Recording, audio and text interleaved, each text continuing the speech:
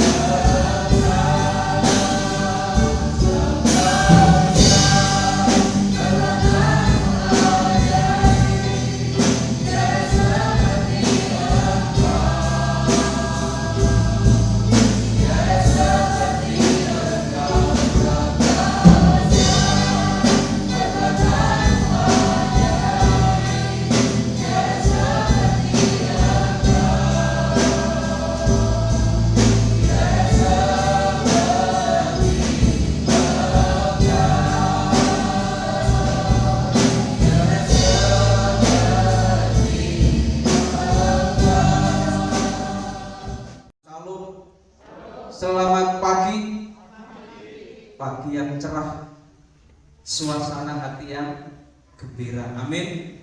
Ada sukacita hari ini? Iya, puji Tuhan. Harus, karena hari ini adalah hari istimewa bagi kita untuk bersama-sama bertatap muka dengan Tuhan. Bukan saya maksudnya, tapi saudara menghadap Tuhan dalam peribadatan. Nah, Bapak Ibu Saudara yang dikasihi Tuhan, saya mengajak Bapak Ibu Saudara membuka Alkitab di dalam Galatia.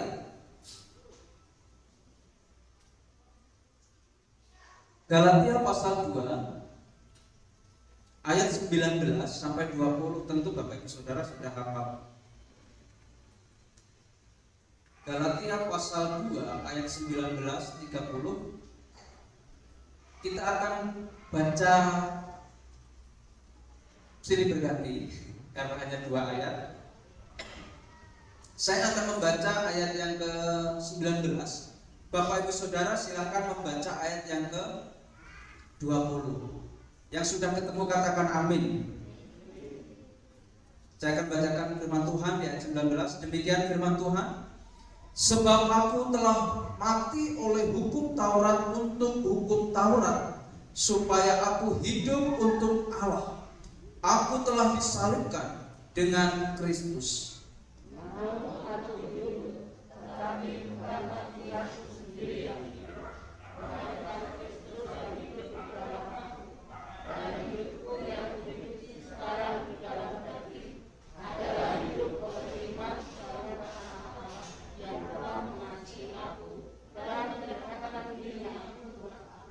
Saudaraku yang dikasihi Tuhan, ini adalah satu pernyataan Rasul Paulus kepada jemaat yang ada di Galatia.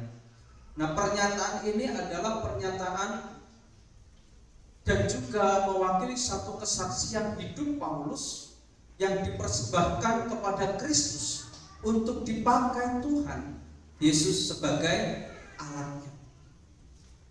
Nah, tetapi kita melihat di sini, Bapak Ibu Saudara yang dikasihi Tuhan, di pasal 2 ayat, mulai dari ayat yang pertama sampai dengan ayat yang ke-14, saudara nanti bisa melihat, saudara bisa membaca di sini ada satu permasalahan, ada miskomunikasi, ada perbedaan pendapat antara Petrus dengan Paulus. Kalau Bapak Ibu Saudara nanti silahkan dibaca. Petrus pada waktu itu menyatakan atau mengatakan, memberikan suatu pengajaran kepada jemaat. Konteksnya di sini Galatia, kemungkinan ada salah tangkap atau kemungkinan juga Petrus juga kurang detail di dalam menyampaikan pernyataannya, sehingga ini menjadi bukan masalah. Tetapi Paulus di sini berdiri, dia menyatakan satu pernyataan, dan pernyataan itu menegaskan tentang kasih karunia. Penangkapan jemaat yang ada di Galatia oleh karena pengajaran Petrus bahwa hanya mereka, golongan orang-orang Yahudi, golongan orang yang bersunat inilah nanti yang akan mendapatkan kasih karunia. Karena apa? Karena mereka ini adalah orang-orang yang menganut Taurat Allah atau Taurat Musa. Ini golongan pertama. Lalu kemudian di sini Paulus memberikan satu penegasan kenyataan bahwa sesungguhnya di Galatia bukan hanya orang Yahudi saja jemaat itu, tetapi juga ada dari golongan orang di luar Yahudi. Ada orang-orang Yunani di situ. Paulus juga di situ menyebut di pasal yang pertama, ketika ia datang ke situ, ia bersama dengan Barnabas, ia bersama dengan Titus, menyertai dengan Paulus. Titus itu bukan orang Yahudi, Titus itu orang Yunani. Ketika pengajaran tentang keselamatan itu dibatasi oleh hukum Taurat, berarti hukum Taurat itu hanya berlaku bagi orang Yahudi, dan keselamatan itu hanya diperuntukkan bagi orang-orang yang menjalankan hukum Taurat. Lalu bagaimana dengan orang-orang di luar Yahudi yang percaya kepada Kristus? Percaya kepada Kristus percuma dong. Karena apa? Dia tidak beroleh kasih karunia, dia tidak beroleh keselamatan. Lalu di sini penekanannya Paulus tidak seperti itu. Dia memberikan satu kesaksian, kalau menurut hukum Taurat, aku orangnya yang paling taat, tidak ada kesalahan satupun di dalam menjalankan hukum Taurat. Kesaksiannya Paulus gitu ya, tidak ada. Tetapi apa? Justru Paulus bukan seperti itu. Kalau hukum Taurat itu yang menjadi prioritas, sia-sia pengorbanan Kristus. Untuk apa Yesus berkorban? Untuk apa Yesus mati? Untuk apa Yesus disalibkan? Percuma dong. Berarti cukup melakukan hukum Taurat. Nah, ini yang menjadi penekanan, bukan seperti itu. Lalu bagaimana orang-orang di luar Yahudi, di luar Israel? Berarti mereka tidak akan beroleh keselamatan. Penegasannya di situ, Bapak Ibu Saudara nanti bisa membacanya. Akhirnya melalui pandangan itu, Paulus memberikan satu penegasan bahwa apa? Bahwa hanya kasih karunia itulah yang memberikan jaminan mereka akan keselamatan. Anugerah Allah inilah yang memberikan jaminan kepada mereka semua, sehingga mereka memiliki satu kesempatan yang sama beroleh kasih karunia. Saudara dikasih Tuhan, ini menarik. Makanya Paulus di situ tegas, namun aku lagi sendiri aku yang hidup. Hidupnya Paulus ketika ia menghidupi kehidupannya sendiri masih ada di kehidupan yang lama.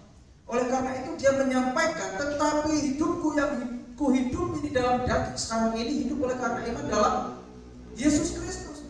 Bukan sempurnanya ia melakukan hukum Taurat, tetapi oleh karena ia menerima pengorbanan Kristus.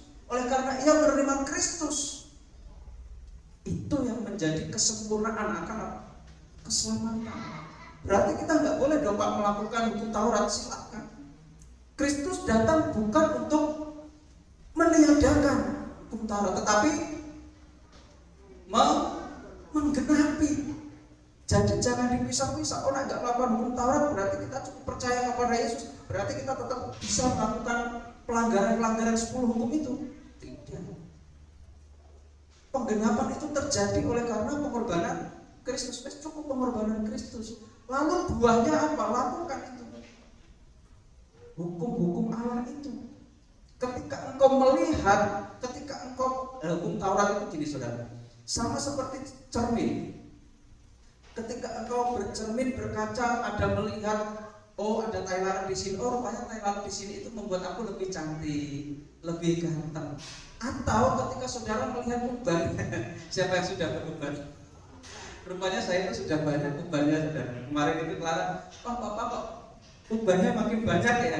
Berarti papa makin tua. Oh nggak mau gitu dan sebagainya. Contohnya gitu, ketika melihat uban yang tidak bisa menerima bahwa dia sudah usianya sudah tua, saya mengatakan diri saya sendiri saudara. Berarti apa? Mungkin otak semir dan lain sebagainya. Karena apa? Ketika aku melihat ini kok nggak pantas ya, kok kelihatan nggak gagah. Padahal kalau di dalam kitab apa? Bahwa uban itu menunjukkan bahwa dia semakin berhikmat. Ya rambutnya kita putih. Dan kita berhikmat gitu loh. Nah ini hanya guyonan. Ketika melihat itu, saudara langsung, oh aku kok nggak pantas. Begitu juga Taurat. Ketika saudara memiliki satu kesadaran, melihat 10 hukum, kok aku ada ya salah satunya di sini. Berarti kita sedang melanggar, kita sedang menyimpang dari aturan Tuhan, supaya kita segera berbalik dan membenahi. Itu hukum Taurat fungsinya seperti itu. Lalu bagaimana ketika kita melihat Yesus? Ketika kita melihat Yesus, seharusnya ketika kita bercermin, ya kita harus memperbaiki diri. Karena dia sudah di sana untuk aku. Karena dia sudah disalibkan untuk aku. Karena dia sudah menderita untuk aku, maka aku harus memperbaiki hidup. Nah ini yang ditegaskan oleh Rasul Paulus. Sehingga bukan pertentangan, tetapi ini adalah diperbaharui, tetapi dilengkapi oleh Paulus. Sesungguhnya bukan seperti itu, tapi kasih karunia ini, pengorbanan Kristus ini loh yang memberikan engkau kasih karunia, bukan ketaatanmu di dalam menjalankan hukum Taurat. Jika itu Paulus kesaksiannya, aku lebih sempurna melakukan itu, tapi bukan itu. Kristuslah yang lebih berharga. Nah Bapak Saudara yang dikasihi Tuhan,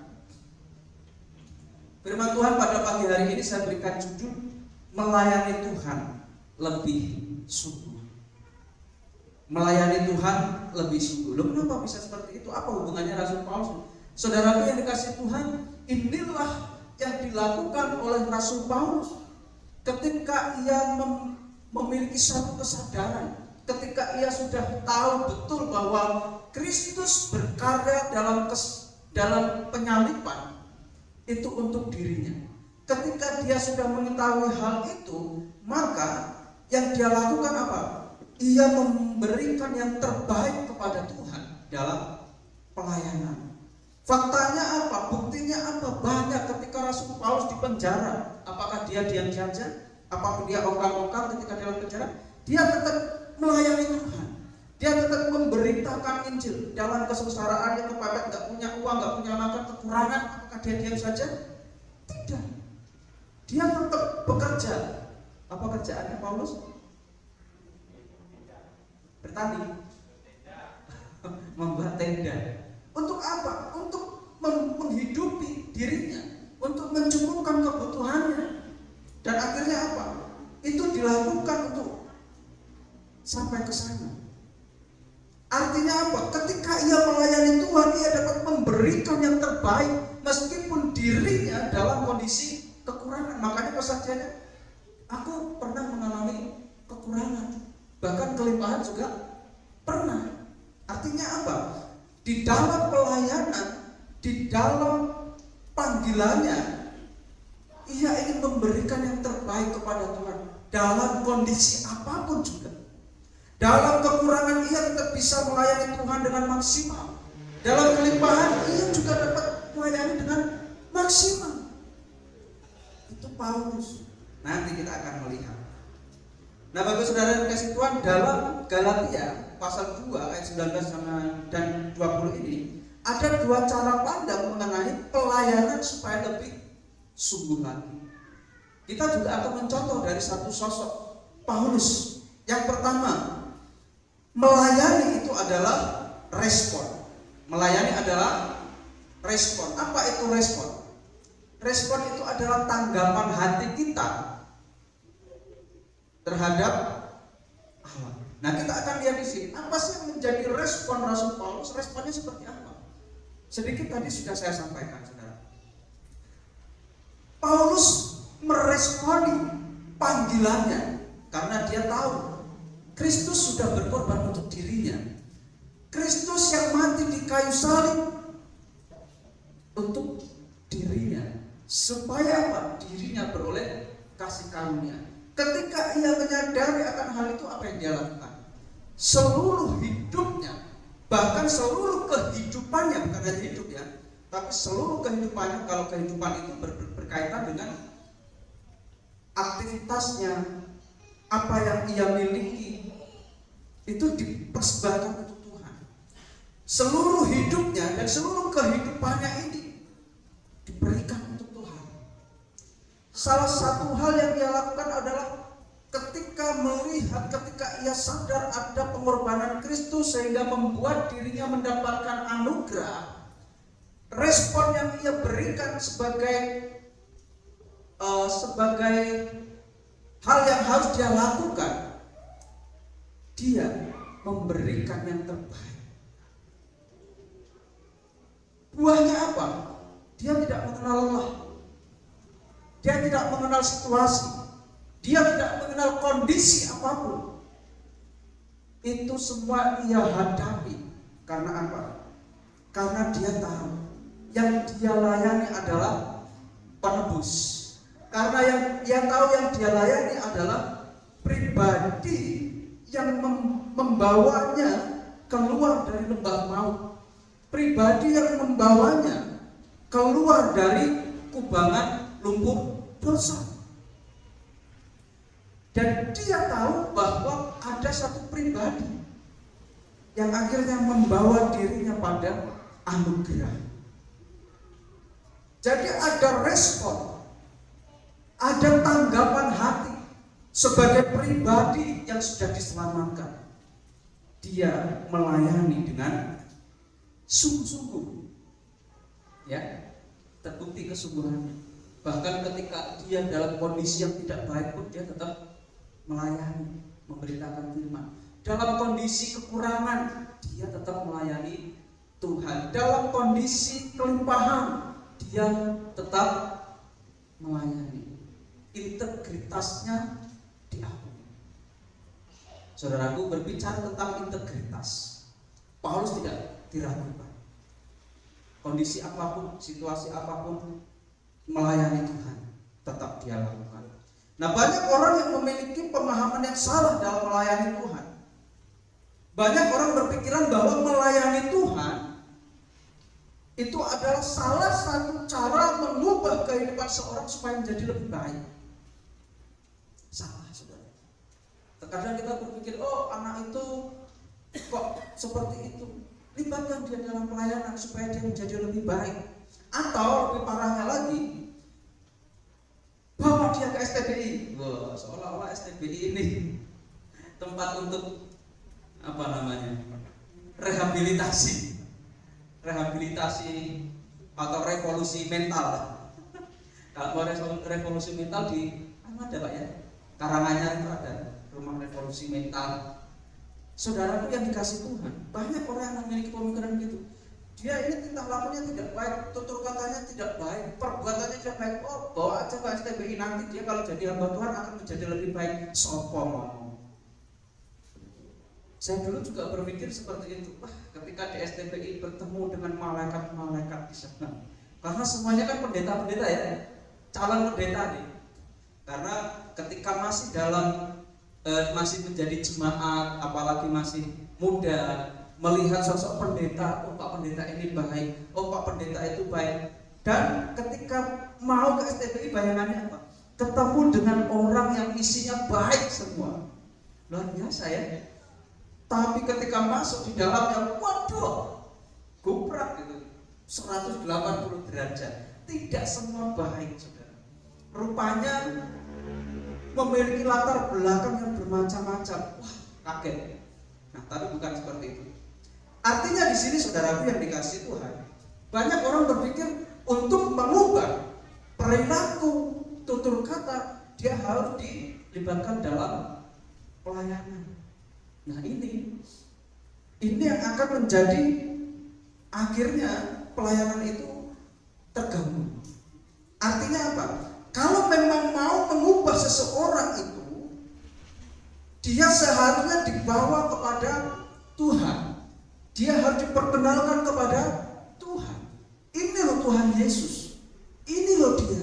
Supaya apa? Dia memiliki pengenalan yang benar. Dia memiliki hubungan yang baik dengan Tuhan. Sehingga dari pengenalannya akan Tuhan, respon akhirnya muncul. Ia merespon, oh Tuhan Yesus itu baik. Berarti selama ini hidupku ya kayak Rasul Paulus lah. Ketika ia sudah mengenal Tuhan, berjumpa dengan Tuhan secara pribadi, ia melihat kehidupannya yang dulu adalah sampah. Dan itu tidak benar. Perilaku Paulus pun juga diubahkan 180 derajat ketika ia berjumpa dengan Kristus, ketika ia dibawa dalam pengenalannya kepada Kristus. Dari yang tadinya penganiaya menjadi orang yang mengasihi. Dari yang tadinya adalah orang yang tidak peduli terhadap kekristenan menjadi orang pertama yang peduli terhadap iman kekristenan. Ini Paulus. Ini dari mana perubahan terjadi? Dari mengenal Tuhan. Nah, saudara yang dikasih Tuhan, banyak hal terjadi. Sesuatu hal yang baik itu terjadi oleh karena pengenalan akan Tuhan. Ketika dia sudah mengenal Tuhan, respon, ada tanggapan. Dan tanggapannya inilah yang akhirnya merubah hidupnya, termasuk merubah pelayanannya. Apakah pelayanan itu hanya di gereja saja, Pak? Tidak. Di gereja itu melayani hanya 1 minggu sekali. 2 jam toh, tidak ada 2 jam. Lalu di luar itu, saudara masih ada tugas pelayanan yang lebih besar daripada di gereja. Pak, Bu, bagaimana pelayanan Bapak Ibu Saudara di rumah? Loh, di rumah ya melayani. Loh, melayani, siapa bilang di rumah nggak melayani? Masih ingat? Firman Tuhan mengatakan apapun juga yang kamu lakukan, lakukanlah sama seperti untuk Tuhan, bukan untuk manusia. Ketika kita melakukan semuanya untuk Tuhan, dimanapun berada, di keluarga, masyarakat, tempat bekerja, saudara melayani Tuhan. Pak, halo bapak-bapak, sejauh manakah bapak-bapak melayani istri? Sejauh mana? Loh, istri itu yang wajibnya melayani suami. Siapa bilang? Rasul Paulus mengatakan dalam firman Tuhan apa? Hai suami. Halo. Hai suami. Kasihilah. Pertanyaannya, sudahkah bapak-bapak mengasihi istrinya? Bukan mengasihi istri orang lain ya, tapi kasihilah istrimu. Saya mau tanya, sudahkah mengasihi istri? Bu, saya tanya ibu saya nggak percaya ya, benak-benik. Saya mau tanya, benar nggak suamimu itu mengasihi? Hah? Enggak. Nah, saudaraku, ini hal penting. Terkadang tradisi budaya itu mengalahkan firman Tuhan. Contoh apa? Pak, saya pernah mendengar gini Pak, urusan belakang apa aja? Dapur, lah ya apa aja? Masak, Kaisa, ngumbai, nyapu, apalagi ngepel. Itu pekerjaan siapa? Halo? Itu pekerjaan siapa? Kalau kita melihat budayanya orang Jawa, itu pekerjaan siapa? Tak klaim ya, itu pekerjaan istri. Saya mau tanya sekarang, kalau itu pekerjaan istri, lah bentuk kasihmu di mana? Nah, ngopeni anak. Durung iki anak barang gak cilik sing ngopeni sapa sing ngomong sapa ya to? Tugas suami apa istri? Anake sapa?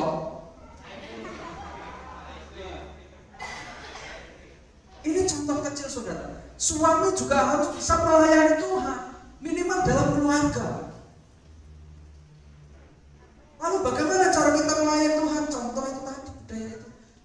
Dapur, masak, cuci piring, baulah, apalagi tadi? Ngepel, nyapu, ngomong. Ayo.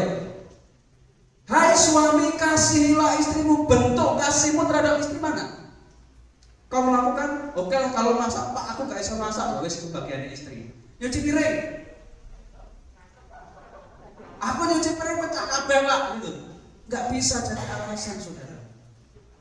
Kalau engkau mengasihi istrimu, lakukanlah apa yang dilakukan istrimu. Itu bukan hanya tugas istri. Kalau yang namanya rumah tangga, yang namanya suami istri dikerjakan siapa? Kerjakan bareng-bareng. Nah itu baru suami mengasihi istri. Nah, senang ini istri-istri. Aku didukung. Engkau begini, pas esok suamiku berubah ini. Dalam nama Yesus berubah, amin. Jadi itu bukan pekerjaan istri saja. Saudara harus menunjukkan kasihmu, bantu Kak supaya meringankan beban itu. Itu bukan beban yang ada di pundak istrimu. Itu pekerjaan bersama yang harus dikerjakan bersama. Jangan tangguhkan itu pada istrimu santai. Saudara kerja enak, nyantai, belum kesel, balik ke rumah turun. Nah istrimu masih ngersihi kloset dan lain sebagainya, ngopeni anak dan lain sebagainya. Ya ada kerjasama. Tunjukkan kasihmu kepada istrimu dengan cara apa? Itu hal sepele saudara. Tapi kalau itu saudara lakukan, apa yang ngom istrimu tenang. Saudara betah di rumah. Sing tua suaminya. Saya kemudian ini dalam hal lain lagi saudara. Tadi ini nggak fair kalau saya hanya menunjukkan ke bagian istri saja untuk istri. Kalau tadi suami, hai suami kasihlah istrimu. Sekarang hai istri, tunduklah pada sama seperti engkau tunduk kepada Tuhan. Hai suami-suami, apakah engkau adalah golongan suami-suami takut istri? Orang apa? Bukan takut istri, tapi aku lebih mengasihi dia. Kali ini, karena aku sayang dia Pak. Sekarang ini, hai istri, apakah engkau sudah memperlakukan kepada suamimu seperti itu? Tunduk sama seperti engkau tunduk kepada Tuhan. Kalau Tuhan mengatakan A, saudara melakukan. Sekarang kalau suami mengatakan A,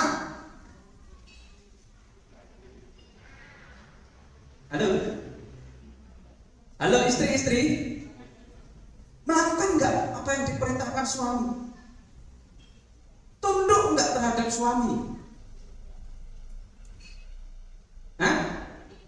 nggak ada, halo suami. Nah, iya, balik tanya, gimana istri-istrimu? Apakah tunduk terhadapmu? Enggak. Wah, berarti suami takut istri tenang ya berarti. Enggak berarti Pak, lah kok lapan turun Jawa piye? Saudara, ini hal sepele. Hal sepele dalam rumah tangga. Saudara bisa melayani, tidak harus di gereja, tidak harus pemain musik, tidak harus leader, tidak harus pengkhotbah, tidak harus persembahan, tidak harus berdoa syafaat, tidak harus multimedia. Tapi saudara bisa melayani Tuhan di dalam keluarga saudara. Kalau dua ini masih belum anak-anak, belum orang tua terhadap anak. Itu pelayanan yang luas saudara. Dalam lingkup keluarga seperti itu. Ini saudara perlu lakukan karena apa? Ya ini, layanilah Tuhan dengan lebih baik lagi. Melayani Tuhan lebih sungguh, sehingga rumah tangga akan menjadi, saudara coba bayangkan, ibu-ibu, para istri, seneng gak sih kalau dibantu suaminya ngepel, nyapu, cuci piring? Para istri seneng gak? Seneng, apalagi kalau apa itu terjadi Pak, seneng banget gitu ya. Hai suami, seneng gak sih kalau istrimu itu tunduk? Seneng.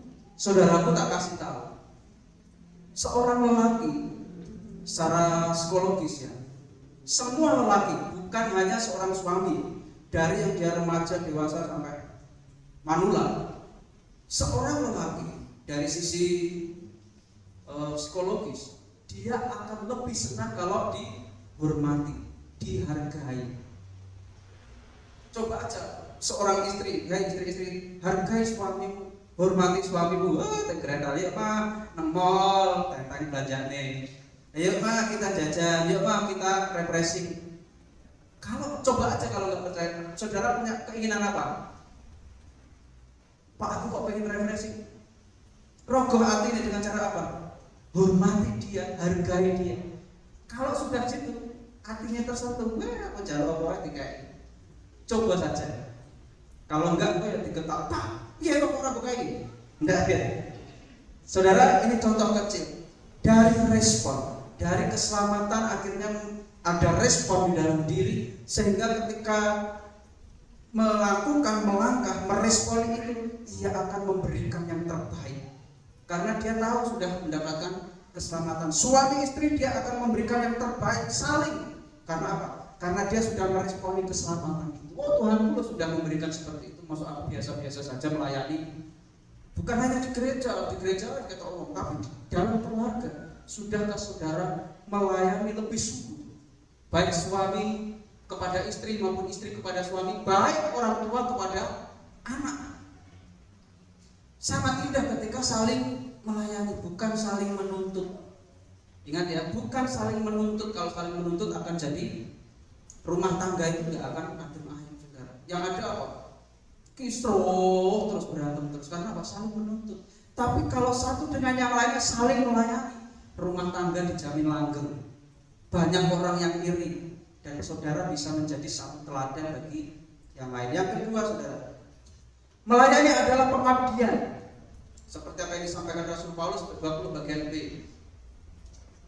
Dan hidupku yang kuhidupi sekarang dalam daging adalah hidup oleh iman dalam anak Allah yang telah mengasihi aku dan menyerahkan dirinya untuk aku. Ada pengabdian. Apa itu pengabdian? Pengabdian berasal dari kata abdi, artinya orang bawahan, pelayan, hamba atau budak tebusan. Bertambah dengan awalan dan akhiran pengabdian. Pengabdian itu apa? Pengabdian itu adalah proses, cara, perbuatan menjadi lebih baik di dalam mengabdi. Jadi proses atau perbuatan mengabdi sampai menjadi lebih baik. Lalu ketika saya menggabungkan melayani adalah pengabdian, artinya apa? Artinya seorang hamba atau budak atau pelayan ini harus terus-menerus berproses pada arah yang lebih baik dalam melayani. Berarti melayani itu harus berproses menjadi lebih baik. Nah, menjadi suami dia juga harus berproses, harus bisa menjadi lebih baik. Dia harus bisa menjadi suami idaman bagi istrinya. Lalu bagaimana dengan istri? Istri pun juga harus terus berproses. Supaya apa? Ia menjadi istri idaman bagi suaminya. Enak kan? Pasangan akhirnya menjadi satu judul. Pasangan yang apa? Yang apa? Ideal. Pasangan yang ideal. Banyak orang akhirnya melihat di situ. Suami menjadi idaman istri. Istri menjadi idaman suaminya. Dia menjadi pasangan yang ideal. Senang tidak dalam rumah tangga? Senang. Nah, kemudian dari sini, Bapak Ibu Saudara yang dikasihi Tuhan, melayani adalah pengabdian. Ada proses terus menerus. Kalau proses itu pasti tentunya menjadi lebih baik. Berarti ada satu hal yang dilakukan menuju pada hal yang jauh lebih baik. Pengabdian tidak serta-merta berbicara tentang materi. Bukan hanya uang, meskipun itu juga adalah pengabdian. Tetapi pengabdian itu adalah tanggapan kita. Ketika kita menyerahkan diri kepada Tuhan, kita bisa memberikan diri kepada Tuhan. Masa kepada pasangan tidak bisa? Seharusnya kita lebih bisa. Tuhan itu tidak terlihat. Apalagi di sini yang menjadi barometer adalah sesama manusia, termasuk juga kepada istri. Kita bisa mengasihi istri, kita bisa mengasihi suami, berarti kita bisa mengasihi Tuhan. Kita dapat memberikan pelayanan yang terbaik kepada suami atau kepada istri, berarti kita bisa melayani kepada Tuhan, memberi yang terbaik kepada Tuhan. Itu ukuran. Berarti melayani Tuhan lebih sungguh. Tujuannya apa? Supaya kita menjadi pribadi-pribadi yang lebih baik. Nah, ketika keluarga sudah baik, baru di dalam gereja pasti juga baik. Penting saudara. Ini sepertinya sepele. Loh Pak, ini kan masalah urusan rumah tangga, nggak ada kaitannya dengan urusan gereja. Siapa bilang? Rumah tanggamu baik, bergerejamu pasti sudah tentu baik. Keluargamu baik, hubunganmu dengan Tuhan sudah tentu baik. Indikasinya di dalam diri. Jadi saudara dikasih Tuhan, layanilah Tuhan dengan lebih sungguh lagi. Di tahun lalu mungkin saudara belum menunjukkan itu. Di tahun ini adalah kesempatan, ada harapan. Saudara memperbaharui, saudara memperbaiki pelayanan saudara. Di mana? Dimanapun saudara berada, keluarga, masyarakat, pekerjaan, dan gereja. Berikan yang terbaik untuk Tuhan. Layanilah Tuhan lebih sungguh. Kalau lebih sungguh berarti kan memaksimalkan. Maksimal, terbaik. Ini yang kita berikan kepada Tuhan. Melalui terserah saudara. Dimanapun saudara berada, layanilah dan berikan yang terbaik. Ketika engkau melakukan untuk sesama, engkau juga melakukan untuk Tuhan. Apa yang kau lakukan kepada di dunia ini, lakukan yang terbaik sama seperti untuk Tuhan. Itu pengabdian. Kalau kepada sesama engkau bisa memberikan yang terbaik, kepada Tuhan sudah tentu yang terbaik. Kesimpulannya, saudara, pahamilah bahwa ketika hidup dipersembahkan kepada Tuhan, berarti kita tidak punya hak atas hidup ini. Ketika ada keputusan untuk melayani, maka seharusnya hidup yang sudah dipersembahkan kepada Tuhan dapat memberi yang terbaik melalui pelayanannya. Saya ulangi lagi, seharusnya hidup yang dipersembahkan kepada Tuhan dapat memberi yang terbaik melalui pelayanannya. Oleh karena apa yang dilakukan adalah tanggapan keselamatan yang diperolehnya atau keselamatan yang diberikan untuknya. Siap memberi yang terbaik? Siap melayani Tuhan dengan lebih baik? Layanilah Tuhan dengan maksimal mungkin. Berikan yang terbaik kepada Tuhan. Karena itulah pelayanan yang diharapkan oleh Tuhan. Dimanapun saudara berada, di rumah, bersama dengan keluarga, layani Tuhan. Melalui keluarga, berikan yang terbaik. Dalam masyarakat, dalam pekerjaan, dalam gereja, layani Tuhan dengan lebih sungguh. Amin. Kita berdoa. Saya mengundang pemain musik maju ke depan. Silakan Bapak Ibu Saudara sejenak merenungkan firman Tuhan. Melayani Tuhan lebih sungguh lagi. Saudara diperhadapkan dengan dunia nyata.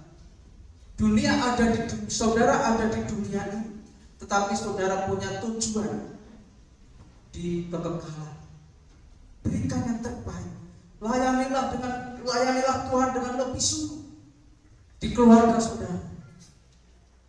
Layanilah istrimu, layanilah suamimu, layanilah anak-anak dan semua yang ada di dalam keluarga itu. Layanilah dan berikan yang terbaik pelayanan. Di dalam masyarakat saudara bisa mempersembahkan hidup saudara. Layani itu. Sebab itu menjadi ukuran. Ketika melayani sesama, engkau melayani Tuhan. Lakukan yang terbaik. Tuhan tidak akan tutup mata. Terkadang jalan Tuhan tidak kita mengerti. Terkadang jalan Tuhan begitu simpel, tetapi kita tidak mau melewati. Inilah waktunya bagi kita memperbaiki diri, memperbaiki pelayanan kita di dalam rumah tangga, di dalam keluarga, di dalam masyarakat, bahkan di dalam gereja. Berikan yang terbaik. Layanilah Tuhan dengan lebih sungguh. Maksimalkan semua potensi yang ada pada diri untuk melayani Tuhan. Itulah pengabdian. Jejakmu Tuhan akan kita pujikan bersama-sama. Silakan saudara ambil sambil saat sikap doa. Jejakmu Tuhan akan kita pujikan bersama-sama.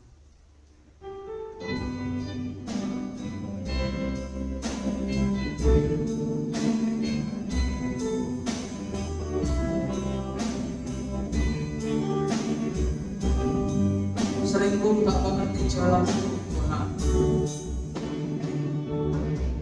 Sering pun tak mengerti jalan Tuhan. Belakang yang gelap, tanpa seringnya dan tetap percaya, jagatku Tuhan sungguh sempurna. Ajarku mengerti semua yang kau ingini. Surahkan hatimu, bagimu aku rela sepenuh hati menambah, serahkan diri genapi karyamu. Saya mengajak Bapak Saudara berdiri. Kembali kita akan pujikan 1000 tambah detik. Jajanmu Tuhan bagai di belantara yang gelap,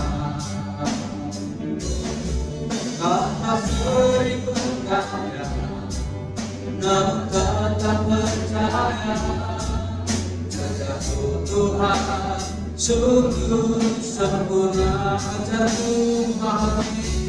Ajarku memahami semua yang kau ingini, agar hidupku puaskan hatimu. Bagimu aku rela sepenuh hati menghamba, serahkan diri genapi karya, serahkan diri genapi karyamu, serahkan diri genapi karyamu. Seperti pujian ini Tuhan, bagimu aku rela sepenuh hati menghamba. Ini kami hamba-hambamu Tuhan. Biarlah kami dapat meresponi kasih karunia yang Tuhan berikan kepada kami. Biarkan ini menjadi satu tanggapan hati kami untuk kami dapat mengabdi kepada Tuhan dan melayani Tuhan lebih sungguh lagi, memaksimalkan semua potensi diri, memberi yang terbaik kepada Tuhan melalui setiap talenta karunia yang Tuhan percayakan kepada kami. Terima kasih Tuhan, firman-Mu meneguhkan kami, firman-Mu menguatkan kami, firman-Mu menghiburkan kami, firman-Mu yang mengajarkan kami supaya setiap kami menjadi pribadi yang lebih baik lagi. Terima kasih Tuhan, terima kasih. Hamba-Mu berhenti berbicara saat ini Tuhan. Hamba-Mu berhenti menyampaikan firman-Mu untuk saat ini Tuhan. Kami percaya Roh Kudus-Mu tidak akan pernah berhenti membimbing kami, menolong kami untuk melakukan kehendak Tuhan, supaya hidup kami ini berkenan, supaya hidup kami ini menyenangkan hati Tuhan. Terima kasih Tuhan, terima kasih. Dan saat ini Tuhan, kami akan mengakhiri ibadah kami. Kami akan meninggalkan tempat kudus-Mu ini Tuhan. Kami akan pulang. Kami memohon penyertaan Tuhan ketika kami pulang. Di dalam perjalanan, Tuhan membimbing, memimpin kami sampai di rumah dengan selamat. Tidak kurang suatu apapun juga. Berkumpul dengan keluarga dengan penuh sukacita, damai sejahtera karena penyertaan Tuhan sungguh nyata. Dan saat ini Tuhan, kami akan pulang. Kami minta berkat yang daripada-Mu. Pulanglah saudaraku, kami berdoa kepada Tuhan. Kiranya kasih karunia damai sejahtera Allah Bapa, penyertaan daripada Roh Kudus menyertai Bapak Ibu Saudara dari saat ini sampai selama-lamanya Tuhan Yesus datang kedua kalinya. Kiranya diberkatilah setiap langkah kehidupan Bapak Ibu Saudara, setiap pergumulan Bapak Ibu Saudara, pekerjaan Bapak Ibu Saudara. Kami berdoa, Tuhan yang akan menolong, Tuhan yang akan mencurahkan berkat Tuhan, kemurahan Tuhan akan tercurah. Dan biarlah Tuhan, saat ini adalah komitmen bagi setiap kami, supaya kami dapat melayani Tuhan lebih sungguh lagi di dalam keluarga, di dalam masyarakat, di dalam pekerjaan, dalam bergereja. Kami dapat memberikan yang terbaik kepada Tuhan. Kami berdoa di dalam nama Tuhan Yesus Kristus, Allah kami, sumber kekuatan, sumber berkat bagi kami. Kami berdoa, kami mengucap syukur. Haleluya.